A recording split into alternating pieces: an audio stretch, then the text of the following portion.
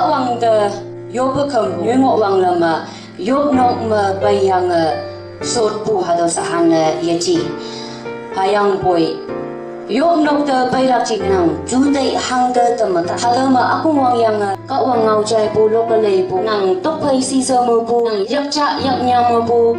yo no ong ma so chang dei pu chu dei nyu ngo wang lam ko kang wang pong na men ka wang de nya mai li bu bai ta man so yo no mong man so thu pu ki aya ha yak no in yang i phau yang a shi hu ga ma a shi la ka wang ngau ye chai hu ga ma a bai bal i ngo la mobile cho na ngo la ane a kom pa yo pu ye ya pa na nga amen si ga ma a yong a dai bu ini na alo la yo ha yang ko nang ge ma yong ngo pu ha lo li ko ong kam ba ka wang ji ma ma ter ne men na do ke yo no ma bai ya so pu ni men ga ma mobile switch off ne men yang ka yo van de ye kem la ka ta cha yo pu ni men ga ma ha do ka ta de ye ji ha do kan ma ka wang ngo na ka wang de nyam me de la ka ta la yo van de nang kem hu ki kem pu ni men ga ma ka wang de ye ye shi bu do ke yo van de awo ye kem la gam ni yo po ha do tok so chi wa ka wang de yo ngai ine nyai bu pai de man chu de mong chang kan mong la sa ko i de ye shi ku ane hi lo po ha do kem chang ngo nang do bai ha do ma yo om pa tai bu ni men ga ma yo wang bu ke ngo nang do ke ha do a ko mo ya so la hang na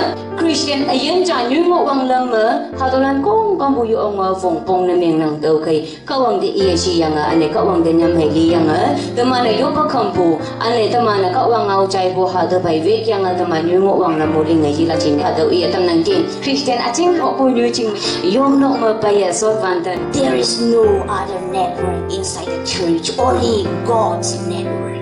There is no other network inside the church, only God's network. đâu yo no ma alang network how you ngo like ka wang network ngo la do kai mobile com kam bu switch off na meng do ina hayang wai ha do ko nyo ku ka ta man I wan do mo mobile switch off na meng nang ken ka to kai ane to man mo la na Christian ka ta lang kai ka wang de nya mai li la nya wa bai bu ka ta lang kai there is no other network inside the church only God's network ka wang yo no ma alang network how you